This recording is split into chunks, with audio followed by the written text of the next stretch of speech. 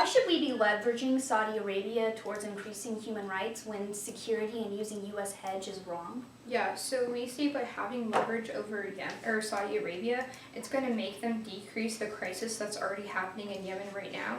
The United States weapons are what's fueling the Yemen crisis. The way that you can approach the problem doesn't actually give us a good endpoint. Instead, it creates more opportunities for things or other people to fill in and cause even bigger crisis, which is why we say it's bad. Is leveraging our hegemony better than just getting rid of arms sales?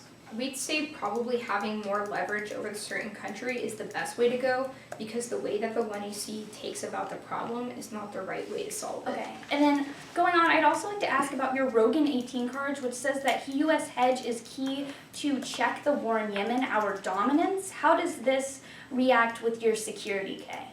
Yeah, so the Rogan evidence is talking about, wait, which piece of Rogan evidence? The Rogan 18, it was in your Middle East against our case. Yeah, so what this is talking about is in order to be able to moderate or be able to have any control over Saudi Arabia, we have to be able to at least cease fire. That way, in the world in which we are acting with the critique, either we can solve it via rethinking securitization, or in the world where the critique isn't happening, we are able to have a ceasefire agreement in where we can either solve the problem or be able to go through the critique. So we do want to control Saudi Arabia. These arguments are operating in two separate worlds. The critique is happening either via rethink securitization.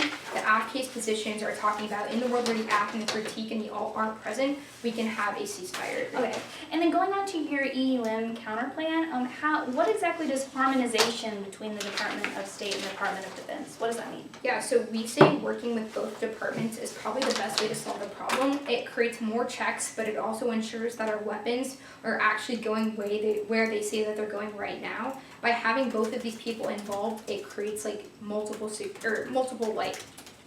checks, I guess. And then how exactly will you be enforcing? So let's say Saudi sells their weapons to terrorists, how will you be enforcing your counterplan? I mean, Saudis wouldn't be selling their weapons to terrorists because the United States would no longer be funding Saudi Arabia, so we can't necessarily control the weapons that Saudi's producing because that's not in the jurisdiction of the counterplan. Why would we no longer be funding Saudi Arabia with your end-use monitoring counterplan? Because the way that we're going to be having these weapons monitored is going to make sure that these people can't just give weapons to different people because they're United States property. But what happens when they do?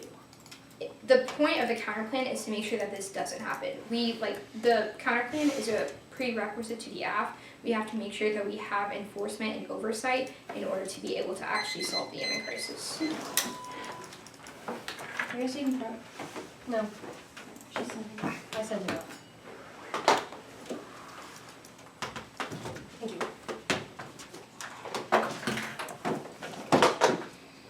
What's the order? Alright, so it's case in order.